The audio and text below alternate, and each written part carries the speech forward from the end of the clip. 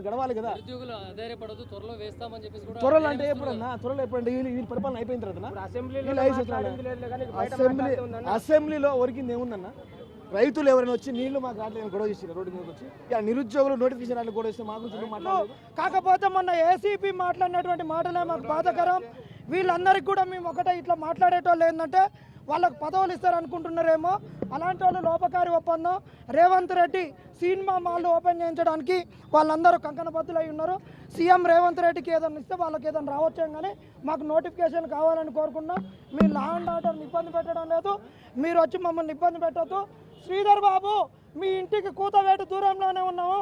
అసెంబ్లీలో నువ్వు మాట్లాడు కాదు, నీకు తమ్ము ధైర్యం ఉంటే ఏవీ కాలేజీకి వచ్చి మాట్లాడు. ఏవీ కాలేజీకి వచ్చి ఈ 200 విద్యార్థులను ఉద్దేశించి, కోచింగ్ తీసుకున్న విద్యార్థులను ఉద్దేశించి మాట్లాడమని చెప్తున్నాం. ఉట్టి అనే ఆధారాలు లేకుండా మాట్లాడి దీన్ని డైవర్షన్ చేసేందుకు బీసీ ఉద్యమం ఏదైతే ఉందో 42% రిజర్వేషన్, దానిని నోటిఫికేషన్ డైవర్ట్ చేసి తెలంగాణను ఆగం చేయాలనుకుంటారు. మాకు చాలా క్లారిటీ ఉంది.